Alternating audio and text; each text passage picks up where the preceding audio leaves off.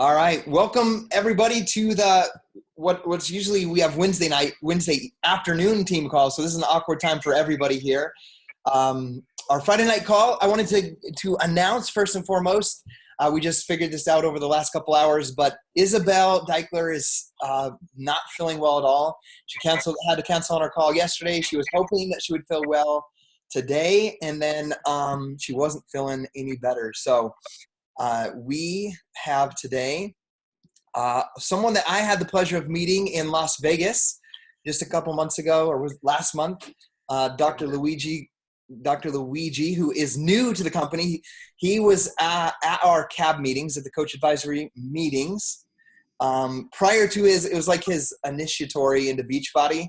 He got thrown right into the CAB meetings. His starting day was Monday, and we met him, I believe, on Wednesday or Thursday at the CAB meetings. But he has been hired to work for the nutritional team. And his role with Team Beachbody is to develop and articulate the Beachbody Nutrition philosophy and portfolio strategy, considering market demands, customer results, coach selling opportunities, and product innovation. So his role is to collaborate with us as Team Beachbody coaches, to help train our customers about the nutritional benefits of the Beachbody products that we have. So I feel extremely blessed that we have him on here with us, because this is where his work is going to be done. You know, working with us as coaches and helping us teach our customers how to, the importance of the nutritionals that we have and what they're used for. I'm going to let him introduce some of his background as far as what he has done with his career, but he's a doctor. I'll let him share where he studied, any of that stuff about his story that he wants to share. But he worked for many years with Herbalife, and he's just starting now with Beachbody and has been looking forward to an opportunity to work with our company for a long time. So with that being said, Luigi, I'm going to turn the time over to you and let you share with us. Thank you. And first off, I want to say thanks for having me on the call. I know a lot of you really wanted to see Isabel. See and listen to Isabel.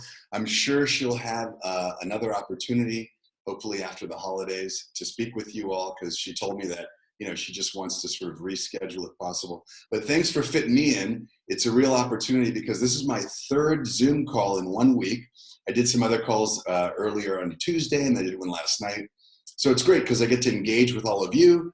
Like Scotty just said, I met him in Las Vegas, and I got to meet many of you at the leadership, for those of you who are in Vegas. But I'll give you some quick background, and we'll get into your questions. So I'm a family medicine doctor by training, and born and raised in Los Angeles, California. I'm actually here in my home right now. Luckily, my wife took our 2 young kids out of the house, so it's just me in the house, so I can just wax poetic and chat and talk about science and products. But if they happen to come in and you hear some kids running around, don't worry, because I know a lot of you guys have kids, so I'm pretty sure it's fine. Born and raised here in LA. I went to UCLA, pretty big university out here in Los Angeles, studied physiology, did a master's in public health. Then I went away to New York. If any of you on the East Coast, I went to Mount Sinai Medical School in New York, got my medical degree.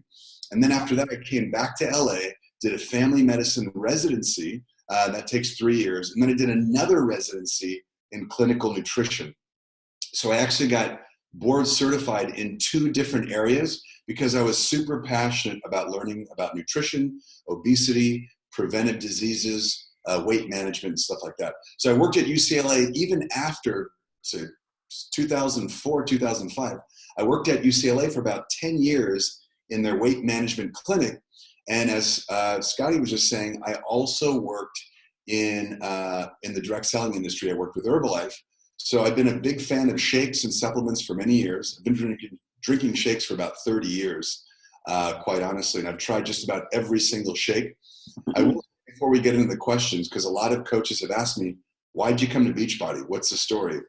I had been looking at Beachbody for about 5 years, watching the product line. I had never met a Beachbody coach, didn't know you guys existed.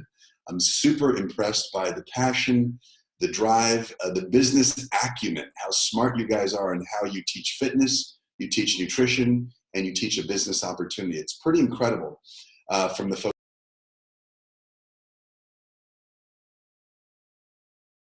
And that's the major reason when I met Carl and John, the founders of the company, I said, I don't know who designed these shakes, but this is the way I would have designed a shake. So this is the major reason why I came on, because I really believe in the Beachbody Nutrition philosophy, the sort of the ethos of what Carl, Isabel, John, Darren, all those folks who put the products together.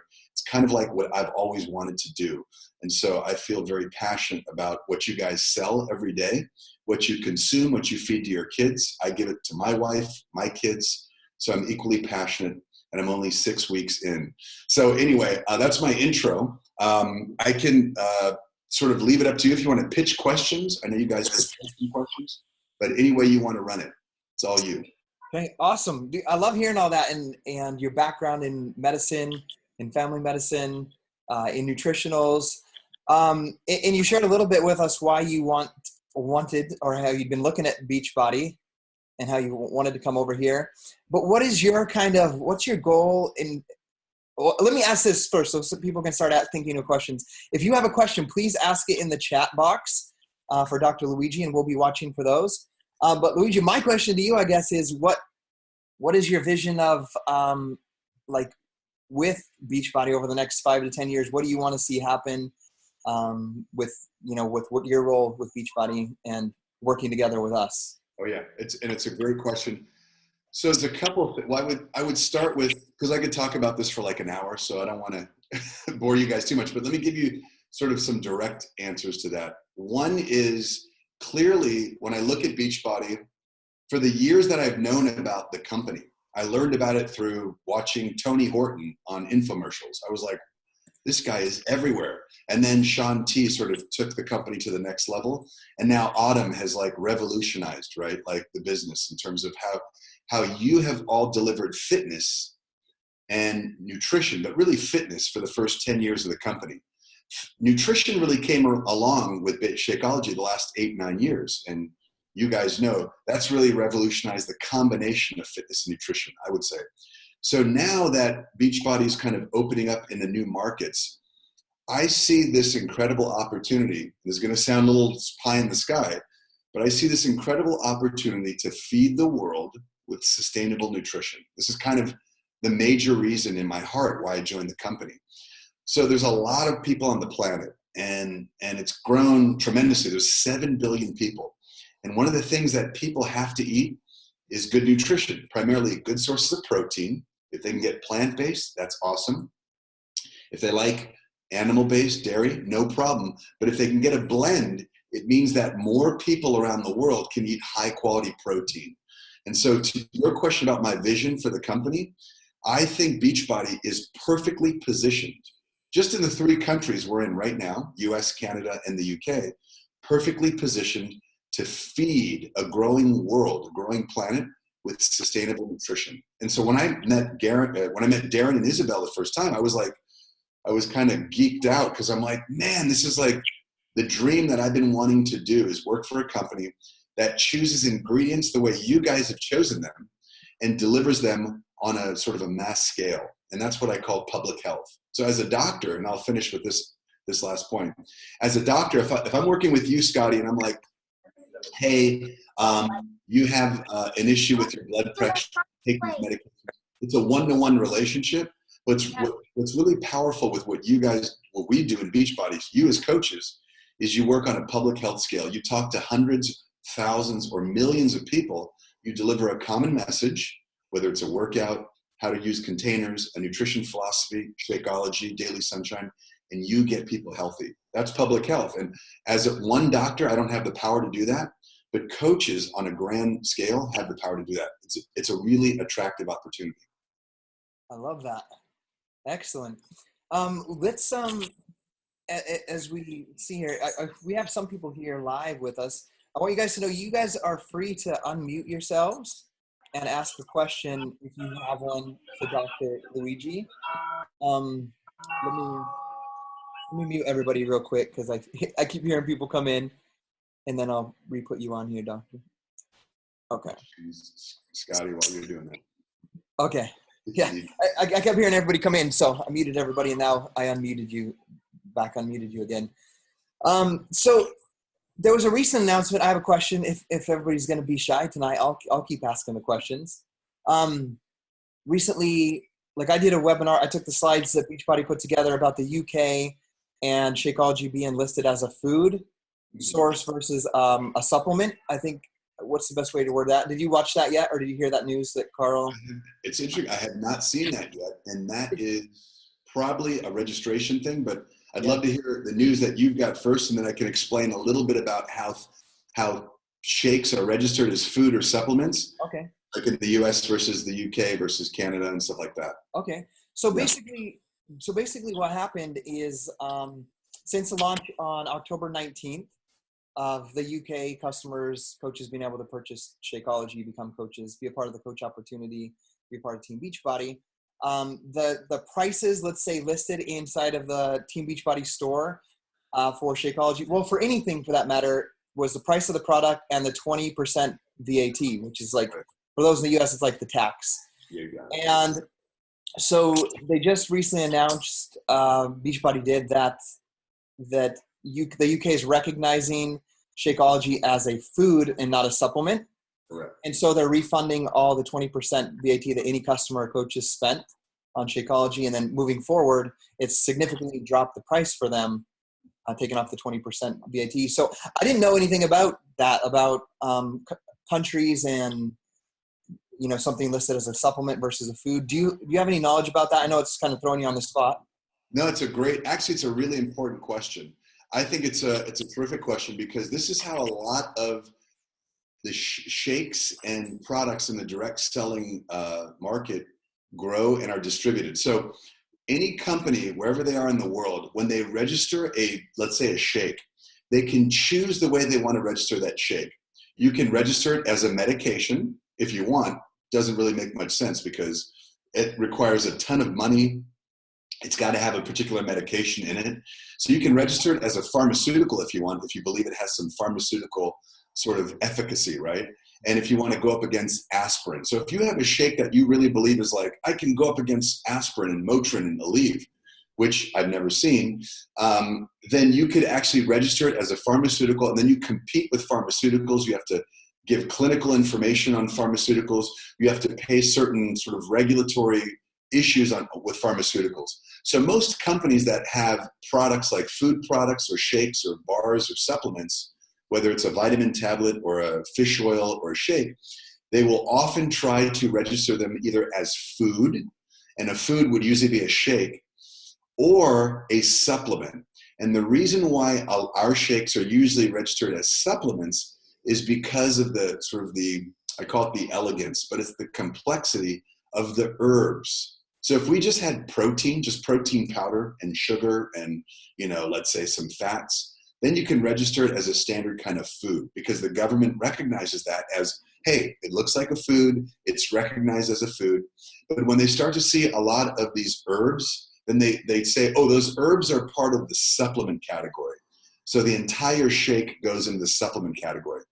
The UK formula, which is slightly different, I don't have all the details on it in front of me, but because it's slightly different, the UK, the European Food Safety Authority, or whomever the governing body is, they allow us to say, you know what, you guys originally categorized it as a supplement, but we're moving it over into the food space.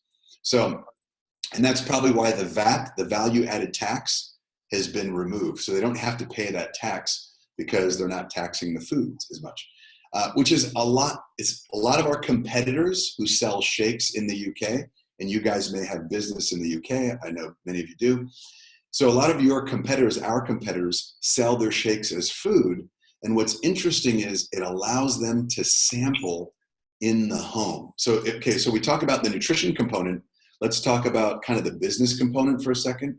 So a lot of people, if you think about I know Huel is a big competitor out there, but clearly Visalis, Amway, Nutrilite, Herbalife, I don't know if Isagenix is in the UK, but you think about the competitors, a lot of them have shakes that are food. They can have shake parties and they can sample them openly. And that is a way they acquire new customers, because they can open the shake and sort of share it with people. I'm not so sure we're allowed to do that yet, but it would be interesting to find out if we can, because that's what a lot of companies do. They do shake parties, share the shake, get people involved and acquire new customers. But we're kind of jumping forward. To answer your question, that's how you register food, either as a food, a supplement, and then, clearly people who work with medication do pharmaceuticals and stuff. Okay. Excellent. You learn something new every day. I love this. Yeah.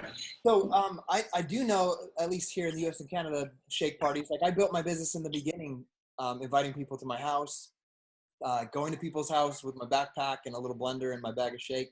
Great. I taught that at my first summit when I got to teach a workshop back in 2012, I believe it was. I was teaching that's what I was doing. So I'm interested in learning if that's something that's allowable in the UK, at least for our UK coaches as well. Be good to know. Yeah, I have I didn't see the chat box if anybody's asking questions. Not yet, so I got another question. I've got some too that I think you guys may have sent some to Isabel. We did send some. Yeah, let's go through those. So those were asked by my coaches. Yeah. Okay, cool. So the first one I think there were 7 here, and a couple of them are kind of similar.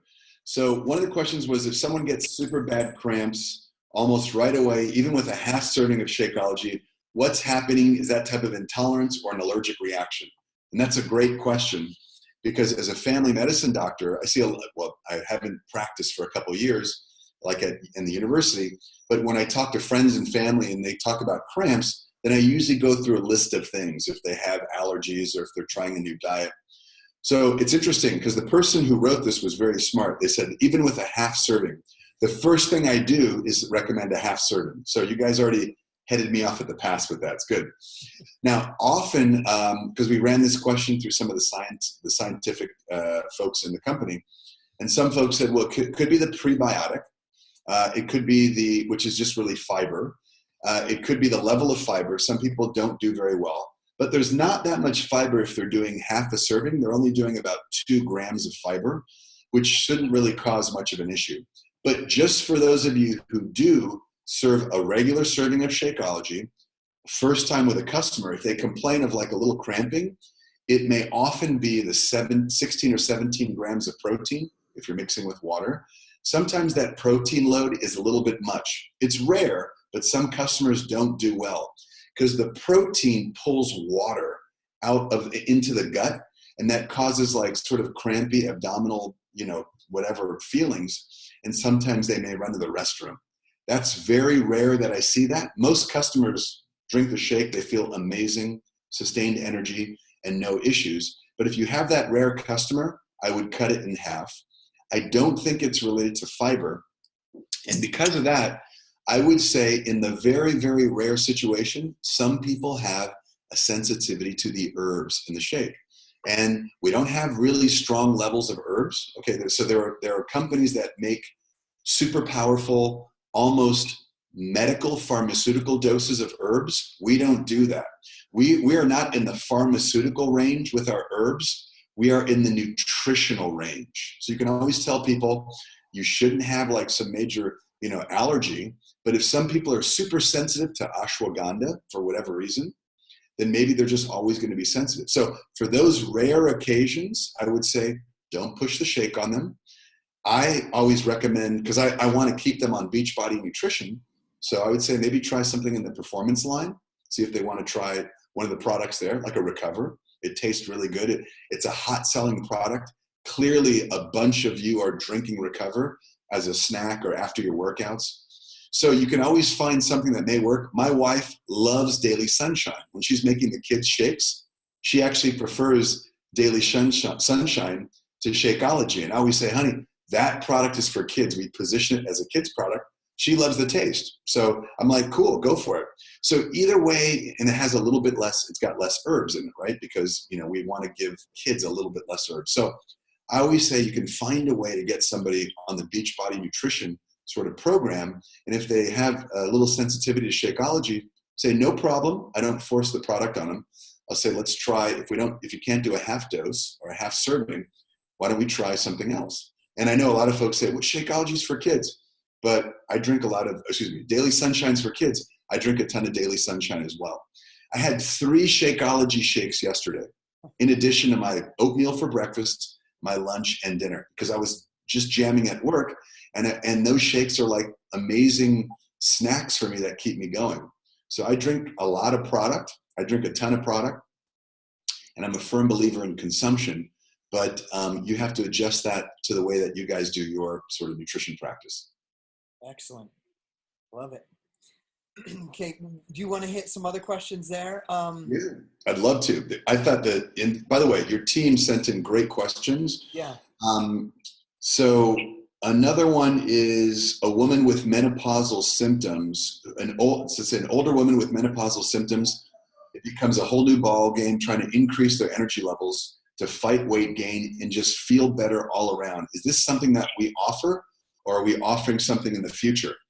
Absolutely. I would say we currently offer it with the current products because, so by the way, women aren't the only folks who go through the menopause. Men also do that as well around the same age. A lot of people don't really think of that, but guys, we start forgetting our keys. We start having we don't get hot flashes because we have different hormonal balance.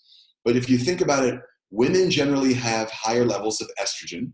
And for guys on this call, you have estrogen in your body right now. You just have not as much as women, okay? But men, we have testosterone, but women, you also have testosterone. It's just that men tend to have more testosterone than estrogen, and women have more estrogen than testosterone. Now, what happens when we all approach that age, let's say the 50s, somewhere around that time, maybe late 40s, early to mid 50s, those hormones decline. So what happens with women will get sort of hot flashes, they'll lose bone mass and maybe have a fracture in their back or their leg.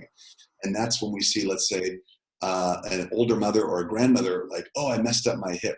Same thing with guys, actually. Guys get the same thing. They may get a hip fracture. Testosterone is important for bone health. So it's a female question, but for all the guys out there, don't think that we're skating by. We also have what people call the andropause.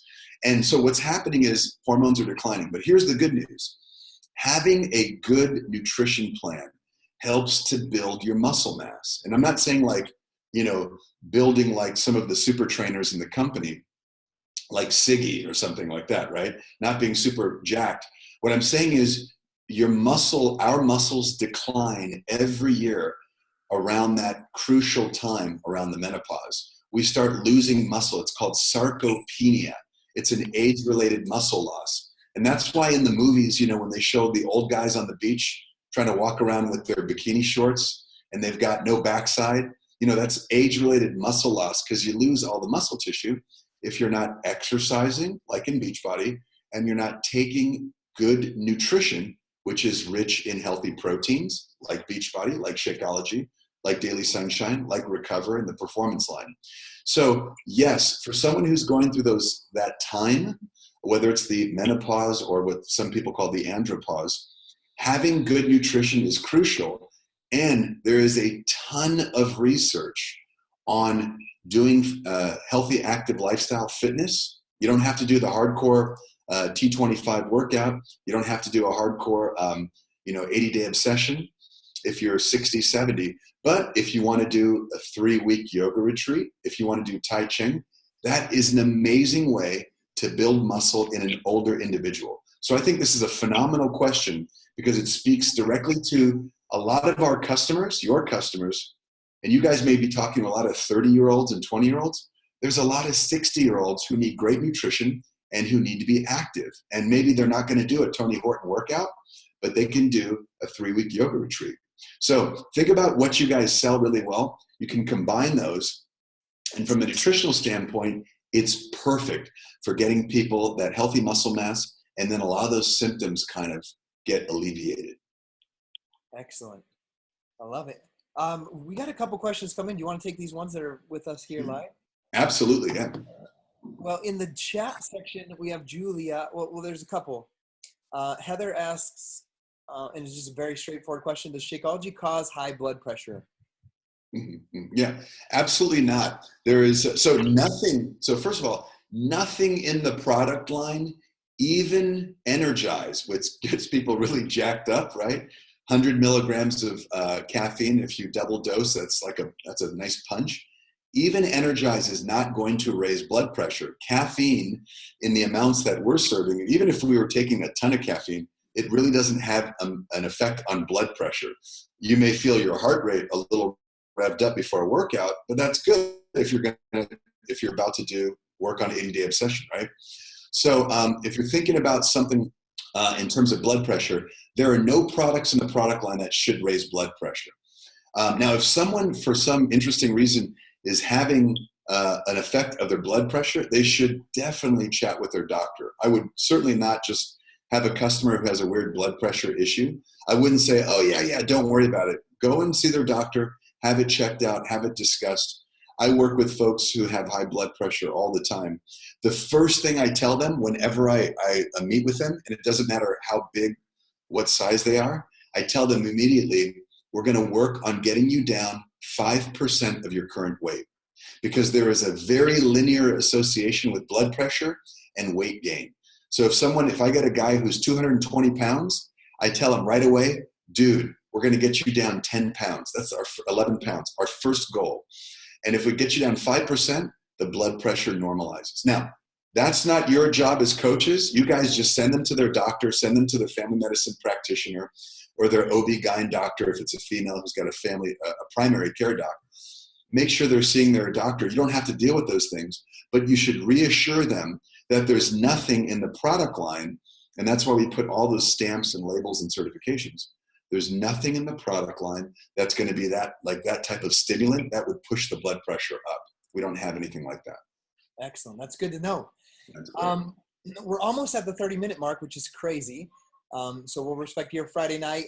And I'm good. Whatever you guys, I'm totally good if you guys want to go over. Okay. No worries, but if you need to cut it, it's up to you. So no worries. We'll ask a couple more questions that are here in the live, in this Zoom chat. One of them says, Julia says, I'm curious about caffeine levels in the Shakeology flavors. What is recommended for a regular coffee drinker, cafe latte, or another flavor with less caffeine? What is a recommended dose of caffeine each day to receive health benefits? It's a great question. So first off, if you think of a typical cup of coffee, wherever you are in the world, so if you're in the UK, if you're in Canada, or here in the US or Puerto Rico, the Caribbean, 1 cup of coffee is about 100 milligrams. That's your standard. Now, if you go to Coffee Bean, if you go to Tim Hortons in Canada, when I'm in the airport, I see all the Tim Hortons, or if you go to Starbucks, great companies, by the way, I never say anything bad about any of these coffee companies, but some of those lattes are going to be 150 milligrams or 200 milligrams of caffeine. So they're super strong. That's why people love lining up. They wake up and they're jacked up for their day if they need to go to work or do whatever they have to do. So that's a typical cup of coffee. Think about 100 milligrams and up. Now, if you think of a cup of tea, that's going to probably be about 75 milligrams. You think of a typical soda, you're going to drop it down to maybe 20 milligrams of caffeine. So the amounts of caffeine that are found naturally in like the cocoa or the cafe latte are even less than that, which are pretty insignificant. I should know the exact number. I'm sorry, I don't, but I can email it to you, Scotty. Okay. I'll find out next week and email it to you so you can tell your team. But I just want you to appreciate 100 to 200 milligrams. That would be like a dose of Energize. A super strong cup of coffee would be 200 milligrams, 150 at one of those shops. Then a cup of tea, about 75 milligrams, maybe 80. And then a soda would be about 20 to 25 milligrams. And then if you drop it even lower, you're not really feeling the effect of that caffeine. It's really a small amount. And that's sort of I don't want to say the insignificant, but the very small amount that's in cafe latte, or even maybe a tiny bit in the chocolate, which I'm going to find out for you. Okay, awesome. Heather asks, is there anything in Shakeology that fuels inflammation or anything that helps soothe inflammation? That's great. And that was 2 of the questions that you guys submitted. So she may have, I don't know if she sent that ahead of time. And I love those questions because one was on rheumatoid arthritis and autoimmune diseases.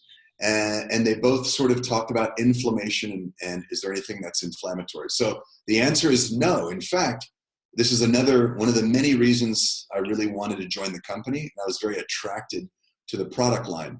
There are certain foods that promote inflammation. Okay, and that's the Western diet, the American diet. People are eating it in Canada and Western Europe. omega-6 fats, which we need a little bit of. Okay, that's canola oil and soybean oil and a lot of the fried foods that we eat, cookies, cakes, even breads. A lot of the salad dressings, they're prepared with either partially hydrogenated oils or trans fats. You guys have all heard these words before, but they're basically omega-6 fats, which give a long shelf life. So they can put them in breads, cookies, crackers, salad dressings, different foods, you name it. And they can sit on the shelf in the store for a long, long time. So I remember the first time this doctor I was training with, he said, think about buttermilk ranch dressing. And I was like, I love buttermilk ranch. He's like, yeah, but why does it sit on the shelf? It's not refrigerated. Shouldn't buttermilk ranch, it's buttermilk, shouldn't it be refrigerated? How can it sit there for 8 months and taste fresh?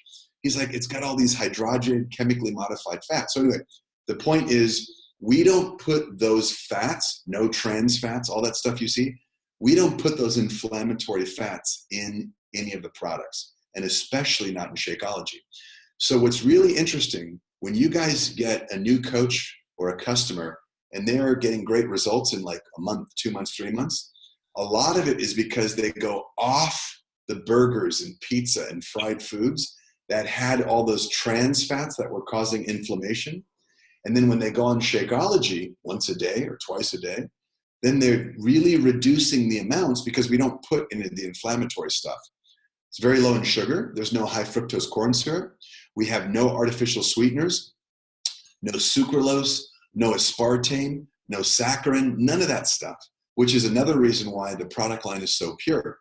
And no artificial colors, these BHA, BHT, these beta hydroxytoluene, all these crazy chemicals that the food companies put in foods. So to your question, no, it doesn't have any of the pro-inflammatory things that drive inflammation. One more point, a lot of dairy foods may have, and the way we process meat in this country particularly, so if you have a steak or a hamburger or an eggs, those foods can be a little bit inflammatory. We don't have any of that in even the whey blends of Shakeology. We use just the whey. We don't use anything else, no fats or any, and usually the whey is sourced from a very good source, so we don't get any weird stuff in there. So plant-based proteins will help also kind of reduce that effect. So now we can't say that if you have arthritis or if you have lupus, drinking the shake is going to cure. We can't make that medical claim because we're not a pharmaceutical. We're a food and a supplement, the way we categorize it. But clearly, eating a diet that's low in those types of fats and those sugars and all those crazy things is going to make someone feel much better. Awesome. I love it. I'm learning. I love this, Luigi. We'll ask you one more question. Sure. And then we'll move on. I know they'll keep coming in if we let them, but we'll have you on another time. We'll prepare and have you on another time as well. If you were talking to someone about, this is from Carrie, if you were talking to someone about Shakeology that does have a high fat, low carb diet or a keto diet, how would you approach that regarding the amount of carbs in a serving of Shakeology? Yeah, this is a great question. And it came up yesterday on another call. And by the way, yesterday I was referencing Isabel and Darren a lot because I had sort of like 45 minutes to an hour, and I really wanted to speak for them because I've been on their Zoom calls quietly, and they are phenomenal trainers. And I know many of you have seen them in person, you've seen them on the videos, and you've heard them on calls. So I just do want to say that I am really the messenger. I don't have an agenda for the company. I'm learning the culture. But when you think about when Darren and Isabel, when they were designing Shakeology, Shake, it's pretty incredible the amount of work they put into the shake and how good it tastes. So I've had 13 years of experience in direct selling with nutrition stuff. It's really hard to make something taste good that's really good for you. You can make something taste good that's jacked up with high fructose corn syrup and sugar, jacked up with soy proteins or other types of unhealthy fats or proteins, and that's going to taste delicious, and no one cares. But to make something pure, which I consider Shakeology is a phenomenal, best-in-class shake, and again, The ingredients, I think, are phenomenal, second to none, but it's also got to taste good. So I've worked before where we've tried different things. We try and make a no sugar shake. I mean, 0 grams of sugar. It just tastes like garbage. So you need customers who want a bland shake with no sugar will just look for straight protein powder, and they'll blend it with their own greens and stuff like that. And that's great. But to make a shake that's really commercially viable, that tastes amazing, sweeteners we found work well. Now, the question is, do you want to do no sugar, 0 sugar? Then people use stevia, sucralose, aspartame, saccharin. There's all these different sweeteners. Stevia is really recognized as the only truly natural sweetener. People don't want aspartame. People don't want NutraSweet. That's what Splenda, the little yellow packets. That's what's in diet sodas. Okay, so we don't put those in. We won't use those ever, right? Because Isabel and Darren won't allow it, and Carl won't allow it. But it's interesting. Sugar, consumers love a little bit of sweet.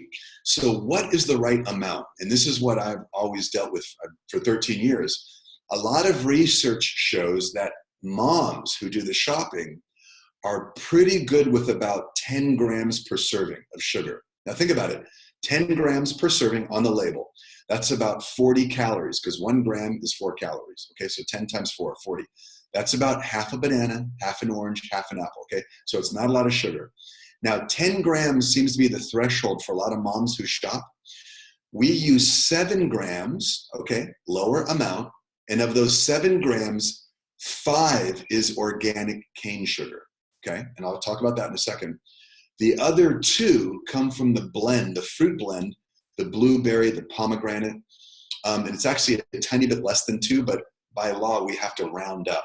Okay, so we say 2 grams from the fruit blend, and then 5 grams from organic cane sugar. Now, why did we choose organic cane sugar? Because a lot of people are like, well, sugar. Not true. Most of the sugar that you guys get in a can of soda, which says fructose, is probably from corn. They take corn, they can chemically modify the corn sweetener, and they make high fructose corn syrup, and then they call it fructose. So a lot of food companies lie. And by the way, that corn was probably sprayed with a bunch of herbicides, pesticides, and chemicals, which get into the sugar, the granulated sugar, right? So number 1, that doesn't work. Number 2, beetroot sugar can be genetically modified, okay? Instead of sugar cane, which we use organic certified sugar cane, beetroots can be genetically modified, and they grow those with the same pesticides, chemicals, herbicides, which then are granulated into white sugar, and that has chemicals in it too, because you can see little residue that gets into the food. So we use the organic cane sugar, which is certified. We actually go back to the farmers and the sourcing. We find out exactly if it's certified organic, and that means no pesticides, no herbicides, no chemicals were used on those fields when they were making the sugar. So the organic cane sugar, 5 grams, it's only 20 calories. And that's a very small amount. It gives you a superior taste, which is why I had 3 chocolate shakes yesterday. And it's easy to talk to a customer, and it keeps that sugar level very low. Now, if you have a customer who's like, not doing it, I want no sugar, no problem. Don't force on them. But I would say reassure them that we go out of our way to make a product that tastes amazing, that's you're going to want to get satisfaction from, and that you can build a business off of, and that has very small amounts of sugar. Excellent. I just learned something else new from that about the organic cane sugar. Yeah. And I've known for the past 6.5, close to 7 years now about Carl, Darren, Isabel, their inability to budge on making something that's more profitable, that might compromise the blend of Shakeology and what it is and what we stand for. So it's so great to hear some of that from your side and your perspective as well. And we are super grateful that last minute today, literally like an hour ago, you're like, I'll hop on the call for Isabel. So she, since she's sick and can't be on here today. And we appreciate it. And we're super excited to continue working with you, Luigi, as we move this company forward, as we help more people get that real dense nutrition and change their lives, live that healthier, more fulfilling lifestyle. So we're grateful that you've been on here today. I'll reach out to you. I'll look forward to getting that email from you with some of those things, and we'll coordinate. We'll work together a little bit more. And for those of you who are on the call today, I'll recoordinate with Isabel when she's feeling better after the holidays. So I wish you guys all a Merry Christmas, and be safe if you're traveling, and we'll see you guys on the next call. See you, Merry Luigi. Christmas, guys. Happy holidays. Thank you. Take care. Bye-bye.